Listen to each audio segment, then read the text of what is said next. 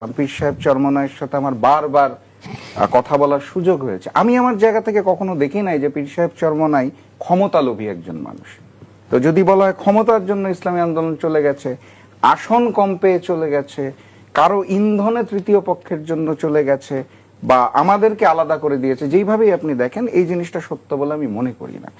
আমি যেটা মনে করি সেটা হচ্ছে ফ্যাক্টরটা, আসন একটা পয়েন্ট ছিল অবশ্যই, কিন্তু এর সাথে আরো অনেকগুলো বিষয় ছিল।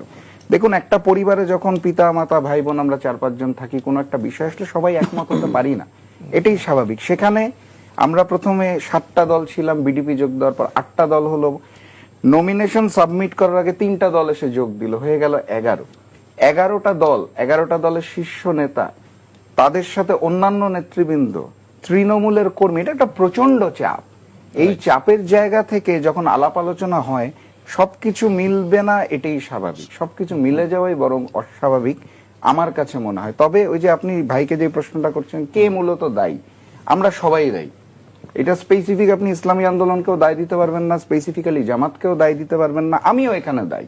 নেগোসিয়েশন টেবিলে আমিও ছিলাম। আমরা সকলে যদি আরেকটু উদার মন মানসিকতা নিয়ে বসতাম, আরেকটু ছাড়ের মন মানসিকতা নিয়ে বসতাম, পারস্পরিক সম্মানবোধ শ্রদ্ধাবোধ যদি আরেকটু সুন্দরভাবে প্রদর্শন করতে পারতাম, তাহলে জিনিসটা ঠিক হতো বলে আমাদের তারিক ভাই বলছিলেন শরিয়া আইন বাস্তবায়নের ক্ষেত্রে জামায়াতের আমিরের ওই উক্তি সম্পর্কে আপনি। আচ্ছা, না, সেটা যেটা আমি বলবো, এই জায়গায় সম্ভবত একটু ভুল বোঝাবুঝি হয়েছে। আমি যেটা বুঝি সেটা হচ্ছে খ্রিস্টান সম্প্রদায়ের একজন সম্মানিত ব্যক্তি বের হয়ে মিডিয়ার সামনে যেটা বলেছেন। আসলে আমাদের এখানে একটা বড় সমস্যা যেটা হয়, আমরা যে কোনো নিউজের হেডলাইনটা পড়ে ভিতরের ডিটেলটা পড়ি না। মানে শরিয়া আইনে দেশ চালানো হবে না, আর প্রথাগত যেটা আছে সেভাবেই চালানো হবে, কারণ ইমিডিয়েটলি শরিয়াতে দেওয়ার কোনো সুযোগ নাই। ধাপে ধাপে, স্টেপ বাই স্টেপ সেই জায়গাটাতে আসতে হবে। দুইটা স্টেটমেন্টের মধ্যে অনেক পার্থক্য আছে। কারণ আমিরে জামাতের মুখে আমি এই জাতীয় কোনো কিছু শুনি নাই।